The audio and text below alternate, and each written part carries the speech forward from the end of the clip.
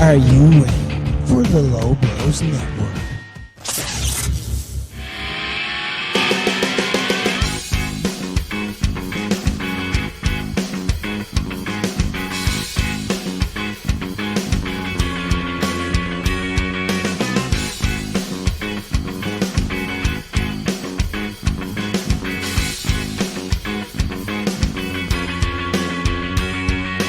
Ladies and gentlemen, my name is Rick Nash, and on this latest episode of Nash, well look, you've seen the title, you know what's coming, especially if you've been following my social media for the past while, or if you heard Ask Low Blows a couple of weeks ago, and if it's something that you think you're going to have an issue with, then don't worry, this is not a mandatory episode that you need to listen to. If it's something that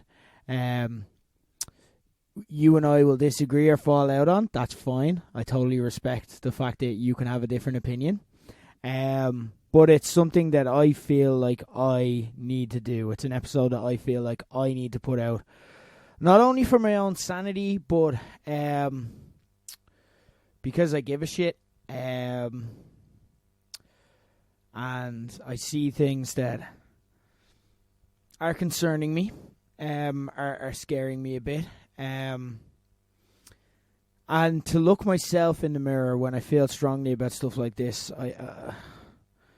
this is the way I communicate to people, through podcasting.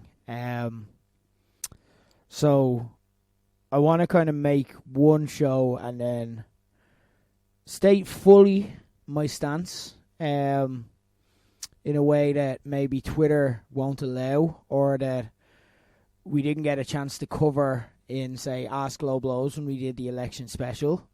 And then, look, ultimately be done with it, because I'm certainly... a few weeks ago I had someone accuse me of trying to piss off my audience and people who supported Low Blows, which of course I don't want to do. I've never held back my opinions for the sake of, you know, trying to like run a business. I'm kind of part of why I think people like and listen to Low Blows and would if they enjoy what I do, would like me, is because even if they disagree, they know that I mean what I say, and I'm not trying to just say the right things.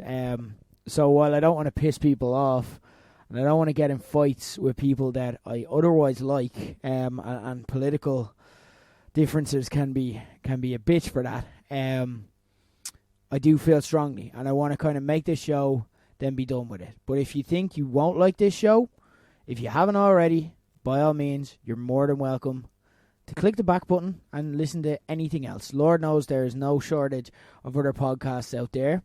If you're kind of on the fence or intrigued, or if you feel like maybe I might have had a point, then I'd appreciate you staying and just hearing me out, because I think I've got some interesting different things to say. And the main reason that I want to say them is out of fear. Because, to be frank with you, I had someone get onto me and basically accuse me like I was afraid of Sinn Fein getting into power in Ireland. And I think they thought it was an insult. And I was like, yes, I am. And in my opinion, you should be too. And here's why. So, over the past few weeks, when stating my beliefs, I've openly... for the most part, like, I'm just on my own Twitter. Like, these are people coming onto my Twitter, and like slating me. I'm not going to their Twitter. Like, for example, when Sinn Féin did well in the election, I wasn't going onto their Twitter calling them a big dirty rawhead or whatever. But I've openly been called a tan, a blue shirt. I've been accused of just looking for attention, for whatever reason. I've had my business that has nothing to do with politics threatened. I've had someone say, if you don't stop right now, I am never going to come to another Low Blows party again. Which like, what a shitty instinct. What a shitty 2020 instinct it is. It's like, think the same things of me, or I'm going to encourage others not to support your business. Like, holy shit. Like, it's, for a country that claims to think of like itself as liberal and left-leaning, and freedom of speech is of course included there. My God, that's some hard right censorship shit, right there. And all the while this is happening, things that I'd predicted, all along, had been coming true. Like, things that I told people, this is what's going to happen next, happened. And it's like, I definitely, I've been gaslighted before. And for those who don't know, gaslighting is a term where it's you're made to feel crazy for things that you know are the case, or things that you know are valid. And you're made to feel like they're not true or they're invalid. I've been gaslighted before, and it's that I feel the exact same way. Because I'm like, I told you this would happen, it's happened, and you're still telling me I'm wrong. That's crazy. So let me set the record straight again. I'm recording this show from the front room of my parents' home, which was actually not a bedroom until a few months ago, when my lease in my old house ended, and I was forced to move, but unable to find suitable accommodation. I tweeted about this at the time. Some of you may remember if you follow me on social media.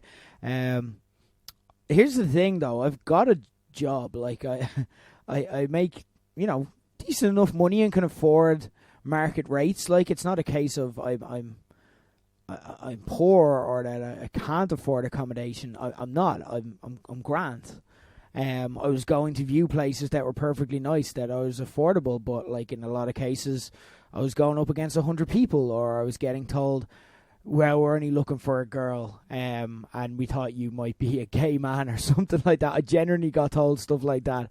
I had a good mate of mine, Sinead, who I lived with before, be like, bring me with you, and I'll tell them how nice you are and stuff, and it's like, they'll just think we're a couple. It was really desperate and depressing time, and nothing came up. Here I am, moving back with my parents after 10 years of being able to live away happily and comfortably, because we're in a housing crisis created by inaction on the part of the previous government. So for those of you who call me tan or blue shirt, or say that I'm a secret closet Fine Gael voter, no. And I think you know that. I think when you hear me describe my life, you know that that's not the case. Why would I be when I'm here because of them? I also want to take you back as well, just to kind of, if we're going to like get agendas or potential agendas off the table, I want to take you back to, I remember the date, it was September the 10th, 2009. I remember it because it was one of the worst days of my life. So without warning, and 2 weeks before Christmas, I had my social welfare cut off. My previous full-time job was, I was a security officer in a supermarket. It was a job I was kind of headhunted for, having worked there as part of an agency for a year, and I did such a good job. They actually created a job for me. The only bad thing was the recession hit.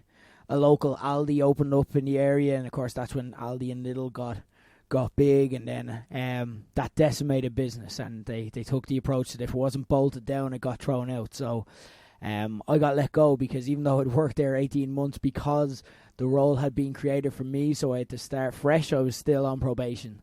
And that was me. I got myself a casual job, the only job I could get at the time.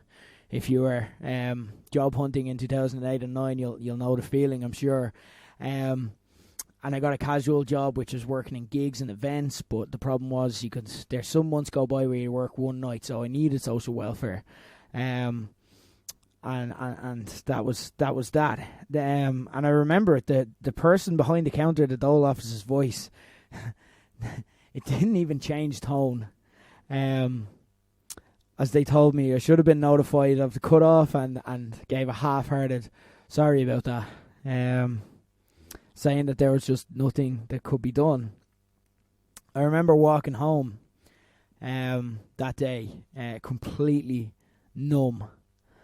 And for the first time in my life, I complicated suicide because the thought of,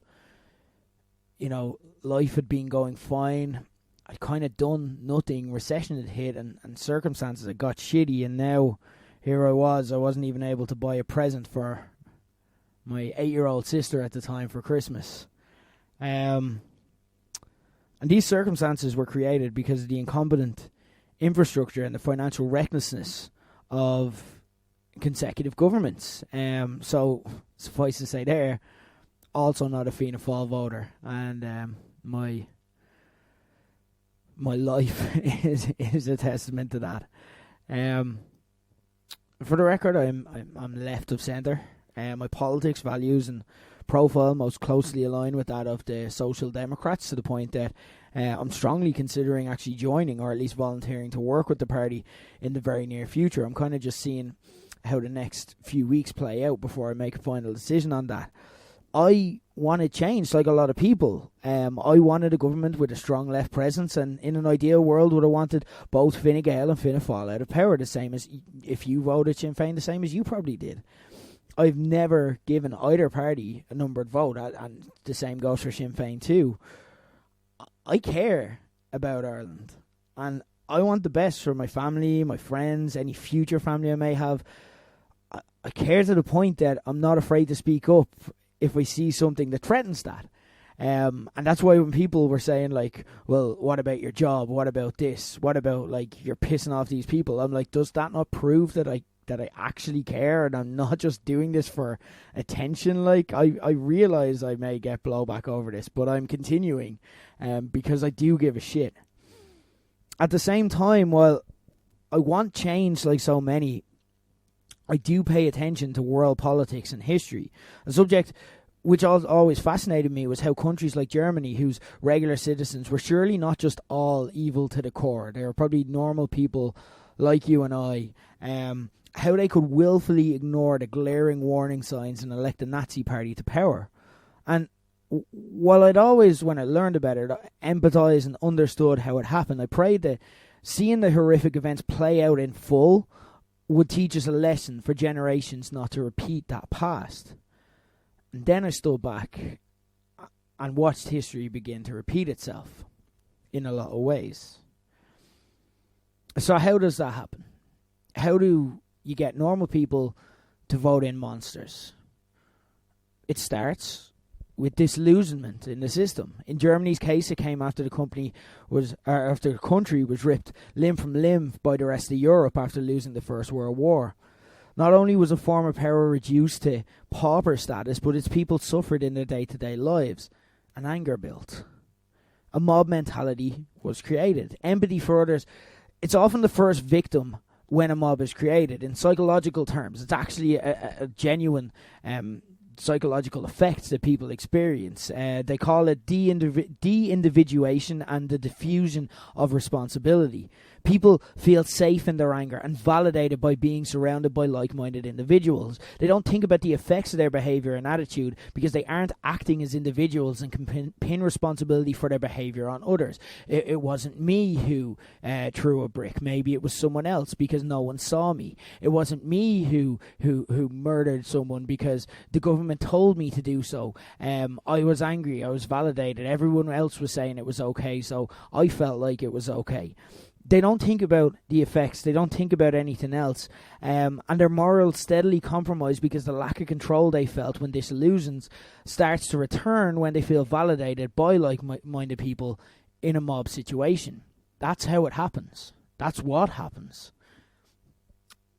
We look to America even for an example. This is a country who celebrated their progression by electing a black president for 2 terms, then immediately regressed by electing a bigoted white man in Donald Trump because the white middle class began to feel disillusioned while losing their jobs during the recession, seeing their population majority eroded and issues that pertain to them shelved, and so on and so forth. Trump's play was simple. He appealed to their patriotism and weaponized race as the enemy. Make America Great Again translated to them as, let's put your priorities back to the top of the agenda. And that's a simple and appealing concept. To every single one of us, we can relate. That's why we vote for someone, because we feel like they have our specific issues at the top of their agenda. That's what makes people vote, and that's what he spoke to. The problem was, Trump pinned the blame for their struggles on an easy target. People with a different skin colour. Traditionally, that works because they look different, they feel different, they are different, they have different cultural norms. So it's easy to say they're the ones who are wrong because you can spot them, you can see them, you can pin something on them. Their morals began to erode. First, Trump was just an entertaining novelty act. Then he was representing traditional, i.e. white male, American values. Change in the form of electing the first female president was now seen as the enemy to be feared, because that's what led to the situations that made people disillusioned. No matter what scandal came out, people just didn't care. Trump spun it as a media conspiracy, and the term fake news was coined. No matter how damning the evidence, he calls, like for example, he calls for Russia to hack Hillary's emails during a campaign speech. He's recorded admitting to sexually assaulting women, grabbed them by the pussies. It doesn't matter. No one cares. The mob mentality is in place. Enough of the general public is now brainwashed, and history has taught us how far people go once that happens. That's how you go from being a country who has elected a black president to then immediately demonizing the people, the black people, and people of colour and different race and different creed. We see this trend play out in other countries. Britain votes for Brexit and elects Boris Johnson's Conservatives with a huge majority. Germany vote for a neo-Nazi party to win seats in their parliament. The ultra-violent National Rebirth of Poland party began to rise in influence. Austria's Freedom Party, Hungary, Czech Republic, France, Holland, time after time, place after place, the pattern repeats. Disillusionment, mob mentality, claims of a media conspiracy to ignore problematic behaviour of the past of candidates, and then it all ends in electoral gains. People here like to frame this as a right versus left debate to make it go away and to rubbish any claims that there's similarities, despite the fact that that's literally all happening. As if everyone on the right is evil and everyone on the left is perfect. But the left has often been invoked throughout history to create this mob mentality to allow parties with other vested interests to gain power while claiming to act on behalf of, quote-unquote, the people. Have we forgotten that the full title of the Nazi Party is the National Socialist Workers' Party? I'm going to say that again. The Nazi Party, the biggest far-right party in the history of the planet, the full title of their party is the National Socialist German Workers' Party. Which brings us back home to Ireland and our socialist revolution under Sinn Fein. I watched all of this happen around the world. I feared, but Ireland seemed to hold strong for so long and remain a country to be proud of. We became the first country to nationally vote to legalise same-sex marriage. We repealed the 8th. An increased political interest from the youth of the country suggested positive change could soon be on the horizon. Then, when the pattern started to repeat, here, it almost happened so quickly we couldn't stop it, or get on top of it, or even realise it was happening. The pieces were already there in truth. It just needed a competent, organised group to take advantage and get it over the line. The National Socialist German Workers' Party were formerly a paramilitary unit, but upon Adolf Hitler's release from prison, refounded in 1925 and swore to achieve their goals by political aims and disarm. Sinn Fein were the political arm of a paramilitary group in the IRA who swore they would disarm and achieve their goals by political means. Sinn Féin's main political goal has always been to reunify Ireland's 32 counties. Hitler's manifesto Mein Kampf outlined his Aryan vision for success. But just as Sinn Féin rose to electoral success on platforms of housing and health, the Nazis won votes not by talking about how they wanted to ethnically cleanse the world. They won by appealing to the working class of farmers, teachers and public servants and promising them significant reform to restore Germany to past glory. That's how they were elected. And then, only then, once in power, did they get to actually go after their true agenda. The parallels here, they're terrifying, and they're just there. And the only way you have to bend your mind to say that Nazi party, literally former paramilitary group, are like, no, we're going to achieve political goals. This is shit Sinn Féin say today. The exact same words are coming out, but people will bend their minds because they just don't want to see it, because they're desperate. In Ireland at the start of 2020, the disillusionment and anger with the system was there. And look, rightfully so. I agree. I shared it. People wanted change, and the myth was that Sinn Féin were the only party who could give it to them. This, despite the fact that Sinn Féin held just 5 seats following the 2007 election, which is less than the Greens, Social Democrats, Labour, and the same as People Before Profit in the 2020 election. Their power was spread by people pledging to vote for them, votes which could have been cast in any other way and given a more realistic view of change. But mob mentality had kicked in, and any rational criticism of indisputable facts around Sinn Féin was being heralded as media bias or attacks from tans or secret blue shirts, stuff that I had been called while highlighting these things. Or, as Trump voters call it, fake news, when yet more concerns come to light. It was just factual that Mary Lou McDonald was promising change and that a vote for Sinn Féin would cause that change, while making proactive steps against that. The amount of Sinn Féin candidates that ran in the 2016 general election, 50. The amount that Mary Lou chose to run in 2020, 41. Because of this choice to reduce the number of candidates, it made it almost impossible for Sinn Féin to form a government. And Sinn Féin has a history of walking away from potential power and influence, even when giving a mandate to do so. Remember, this is the same party who stand in Westminster elections, then choose not to use their seats to fight for causes that their voters want to address. They don't necessarily want or need power. That's not the point. The mob mentality was immune to these facts, though. They didn't want the questions asked because they didn't want to hear what the answers were, because this was the solution that the mob had decided was the right course of action. The entire purpose of this election ploy was to get Fianna Fáil and Fine Gael out of power. Sinn Féin's ascendancy, combined with the fact that both major parties had ruled out a coalition with them and they knew that promise would stick, made it almost inevitable that a vote for Sinn Féin would almost guarantee a historic Fianna Fáil and Fine Gael grand coalition by political necessity. I warned about this beforehand and was told that I was wrong, that the only choice that people had was to vote for Sinn Féin. It was the only realistic alternative, despite the facts that the maths just didn't add up. Now, we're seeing it play out before our eyes. Another election could prove disastrous to the Civil War parties, and they can't afford to risk letting Sinn Féin run more candidates to cut into their seats further. They'll all posture, they'll all go through the motions, but it's the only possible conclusion here. When you look at the actual motives of everyone involved, it's the only possible conclusion that can happen here. Fianna Fáil can't back down. They've made too big of a deal of it. Sinn Féin don't want Fianna Fáil to back down. Otherwise, why would Mary Lou McDonald, in her first Dáil speech, which, by the way, amazing public speaker, it was a great speech. The girl can cut a promo. But why would she spend 10 minutes absolutely torching someone that she needs to get into power? All of the actions spin towards this being the exact way that it has to go. And here's the thing. If I knew this, then Mary Lou knew this. Stupid is never an adjective you'll hear me use to describe her. It was a choice to reduce the number of candidates running, a strategy. Sinn Féin gains power by playing the martyr. Their poll figures surged first when it was announced they'd be excluded from the initial planned RTE leaders debate.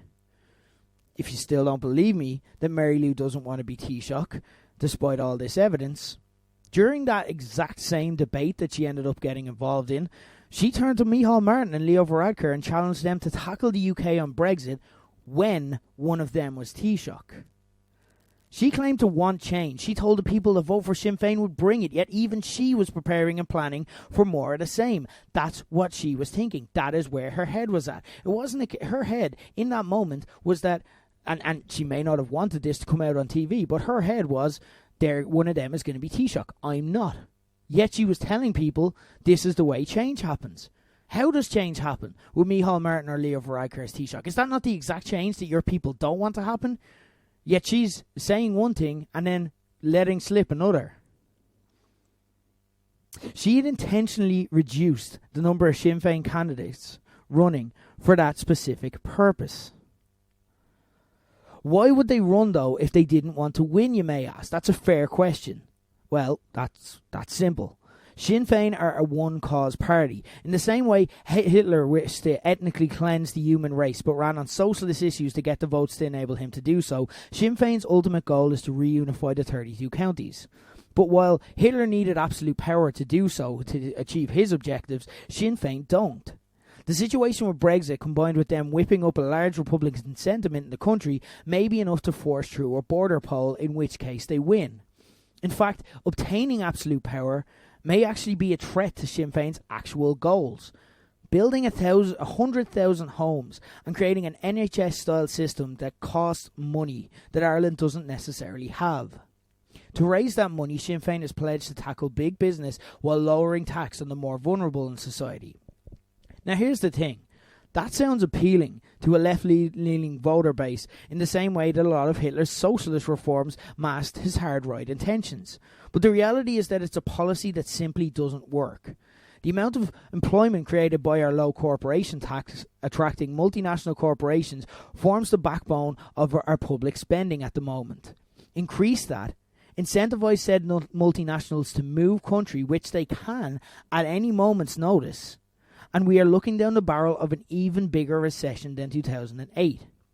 If the multinationals move, it creates mass unemployment. If loads of people are unemployed, they're not paying tax on their wages. If they're not paying tax, we have no money to spend. No money for public housing. No money to reform the health sector. Extra money needed for a rise in social welfare that's going to be needed to cap the unemployment. Again, if I know this, then so does Mary Lou. It's the kind of promise you'd make only if you were planning to reduce your election candidates and make it impossible for you to have to implement, because it doesn't work. The info I cite here, they're indisputable facts. Sinn Féin did run less candidates in this election, despite running on a platform of change and them being the ones to bring change. It does cost more money. Corporation tax does bring in the bulk of our public spending. They want to increase it, which disincentivizes multinationals. This is all true. These are all facts. And here's the thing, the facts were the exact same in past elections too. This isn't a new approach from Sinn Féin. Promise everything because you'll never have to back it up, then quietly push for a border poll has been their modus operandi for my entire adult lifetime. What's changed now is that they have a new leader who doesn't constantly remind people of the horrific events in this country's recent history Sinn Féin have had a hand in. What's also changed is that this is the first general election where people born after the Good Friday Agreement can vote. The same youth movement that was responsible for so many of this country's proudest recent moments formed a large chunk of Sinn Féin's core vote. You could say they were almost ready and waiting to be just snapped up. They were on the market. They wanted to create change.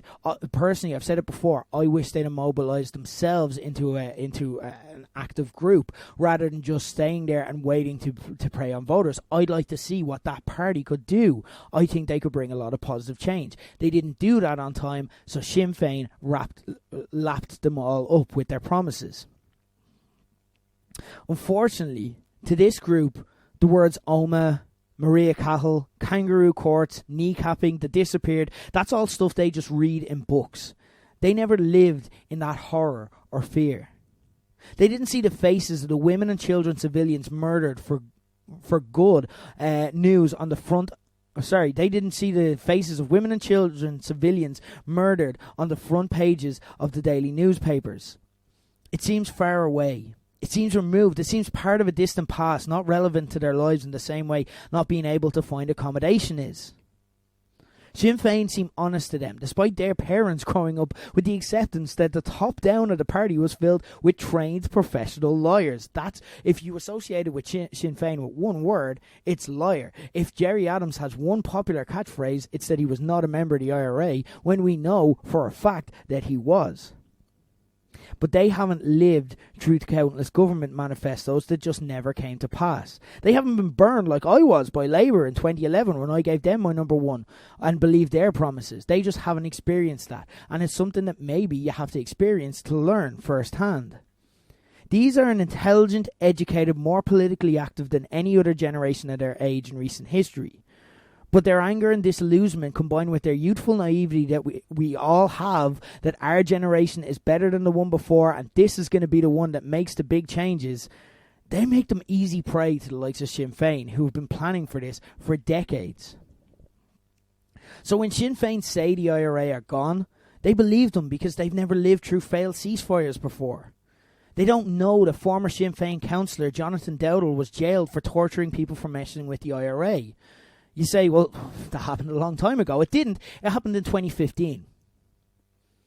When it's pointed out that elected TD Desi Ellis is a former IRA bomber and the outgoing TD Martin Ferris has a history of armed robberies and importing explosives, they shrug because catchy songs tell them that something like it was a war against the evil British Army. But these songs don't account for the 3,500 plus Catholic civilians killed by the IRA during the Troubles, when they ruled communities with iron fist, traumatised innocent banks and post office employees with armed robberies, sold drugs, covered up rapes, and in the case of Gerry Adams, the paedophilia of his brother. This is who you're electing. Cry conspiracy all you like when both the Gardaí and the PSNI come to the same conclusion that the Provisional IRA Army Council is still running the show, but history tells us that time and again these warning signs come back to haunt people who ignore them in a big, big way. As someone I read online said, you don't get in an argument with someone from young Fine Gael and worry that you're going to go missing. That won't be the case if this is who we empower. People ask, well, what are they actually going to do? What's the worst that can happen? What are they going to do? Even if the Army Council are in charge. So what if they build the houses we need? But that's the point. Enough people understood that electing Donald fucking Trump was bad news in 2016, but no one could have predicted specifically that he would ask Ukraine to dig up dirt on Joe Biden, or that it would come out that Russian hookers had pissed on him before, because those are incredibly specific things to predict. Even in Nazi Germany, though it's gone down as possibly the most universally infamous phases of world history, at the time, a lot of the German public were completely oblivious to the fact that millions of Jews were being callously exterminated by the truckload in concentration camps. The reality is that history tells us loud and clear, time after time after time after time, that if you ignore warning signs and elect scumbags, you end up with scumbags in power. Yes, they may have charismatic leaders who promise nice things, but so do creeps who offer kids sweets to get in their van. Want change, by all means. I do too. But in Ireland, we're capable of coming together and voting for a change that we can be proud of. I fear that this will not be one of those moments. And I'm not saying that as a tan or a blue shirt. I'm saying that as someone who wants the exact same things as you do.